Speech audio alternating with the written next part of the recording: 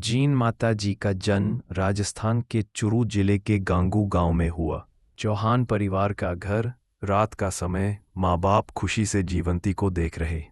जीवंती शिशु के रूप में माँ के हाथों में। और हर्ष का विवाह हुआ। भाभी जब ससुराल आईं तो घर में रौनक बढ़ गई। जीन माता जी ने भाभी का खूब आदर सत्कार किया, उन्हें सगी बहन सा सम्मान दिया। लेकिन धीरे धीरे घर में मतभेद उत्पन्न हो गए।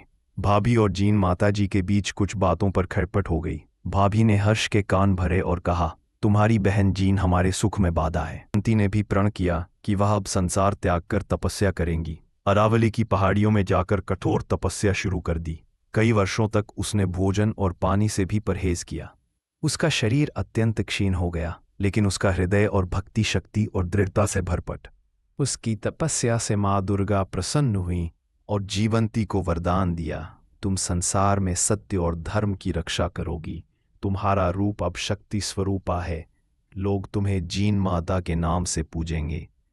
जीवंती अब जीन माता के रूप में प्रसिद्ध हो गई। जीन माता जी के आश्रम और तपोभूमि पर लोगों ने मंदिर बनाया।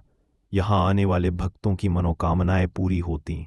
उनका मंदिर पहाड़ियों के बीच था, जहाँ पहुँचने के लिए साहस और श्रद्धा की आवश्यकता थी। कहा जाता है कि जो भी भक्त सच्चे मन से आता, उसकी हर मनोकामना पूरी होती।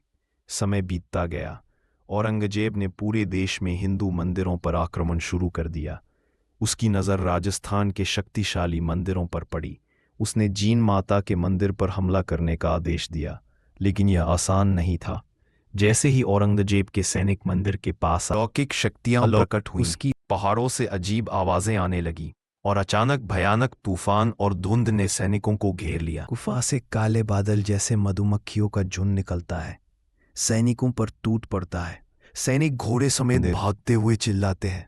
गुफा से काले बादल जैसे मधुमक्खियों का झुंड निकलता है, सैनिकों पर टूट पड़ता है। सैनिक घोड़े समेत भागते हुए चिल्लाते हैं। भक्तों ने देखा कि जीन माता की शक्ति ने उनके मंदिर और धर्म की रक्षा की। जीन माता जी के भाई हर्ष की आत्मा भी दिव्य हो गई। उनके नाम पर हर्षनाथ पर्वत और हर्षनाथ मंदिर प्रसिद्ध हुए। आज भी लोग जीन माता और हर्षनाथ दोनों को भाई बहन के रूप में याद करते हैं। राजस्थान की लोक कथाओं में अक्सर कहा जाता है, जहाँ जीन माता है वहाँ हर्ष भी अमर है। मंदिर में लाखों श्रद्धालु, नवरात्रि का मेला, लोग ढोल नगाड़ों के साथ नाचते।